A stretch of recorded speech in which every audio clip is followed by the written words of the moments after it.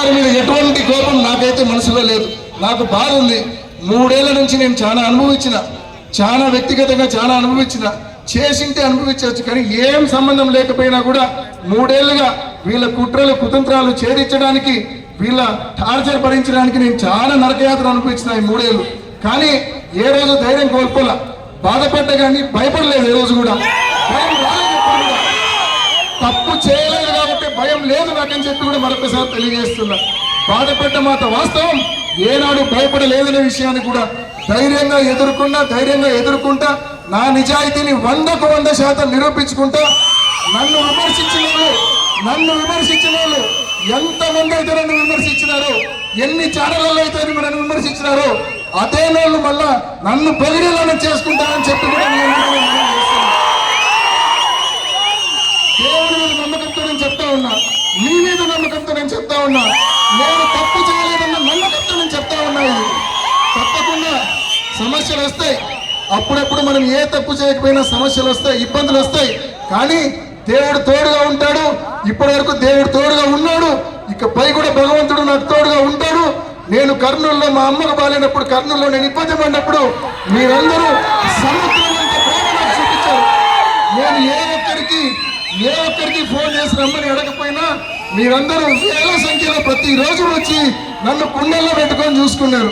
మీ ప్రేమను జీవితాంతం మర్చిపోను. నా ప్రాణం ఉన్నంత వరకు మీరు ఇచ్చిన ప్రేమను నేను మర్చిపోను. తప్పకుండా మీ రుణం తీర్చుకుంటానని చెప్పి కూడా మీ అందరికీ పేరు తెలియజేస్తా ఉన్నా. నిజంగా చాలా భావోద్వేగానికి గురైన ఆ వారం రోజులు నేను, ఒక పక్క మా నాన్న లోపల, ఒక పక్క మా అమ్మ హాస్పిటల్లో, చాలా భావోద్వేగానికి గురైన నేను ఆ వారం రోజులు.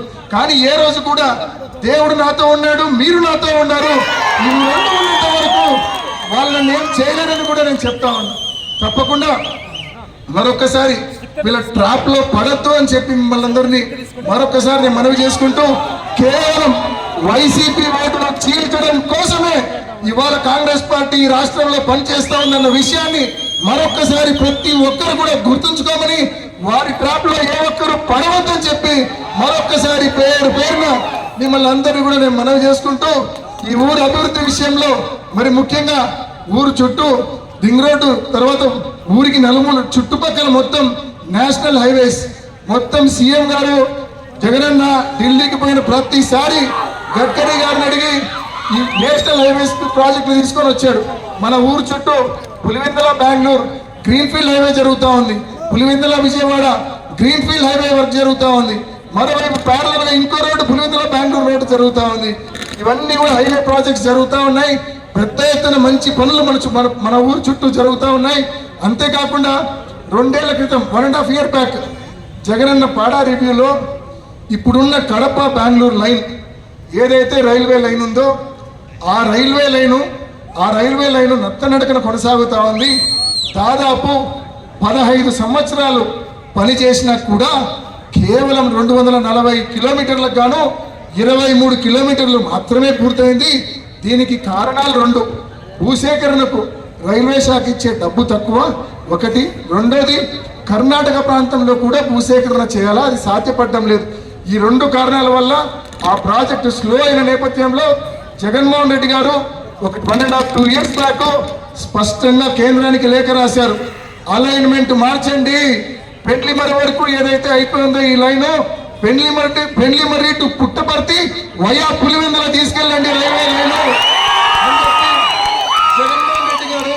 జగన్మోహన్ రెడ్డి గారు రాష్ట్ర ప్రభుత్వం తరఫున లేఖ రాశారు. అదేవిధంగా ఈ పెండ్లిమర్రి పుట్టపర్తి లైన్ కు ముద్దనూరు నుంచి కూడా ఒక లైన్ వేసి కలపండి పులివెందులకు అని చెప్పి రిక్వెస్ట్ చేసినారు. ఈ 2 రిక్వెస్ట్లు జగన్మోహన్ రెడ్డి గారు కేంద్ర ప్రభుత్వానికి చేశారనే విషయాన్ని మీ అందరికీ మనవి చేస్తున్నా. దీనికి సంబంధించిన ఎందుకు ముద్దనూరు నుంచి కలపమన్నాడంటే, రైల్వే వాళ్ళు లైన్ వేసేటప్పుడు మరి వాళ్ళకి ఆర్థికంగా గిట్టుబాటు అవుతుందో లేదో కూడా చూసుకుంటారు. ముద్దనూరు దగ్గర కలిపితే ముద్దనూరు నుంచి చాలా మటుకు సిమెంట్ పరిశ్రమలు ఉన్నాయి. రోజు మనం చూస్తూ ఉంటాం 100 లారీలు ఈ రూట్లో హైదరాబాద్ బెంగళూరుకు పోతా ఉన్న విషయం మనమంతా కూడా చూస్తాం.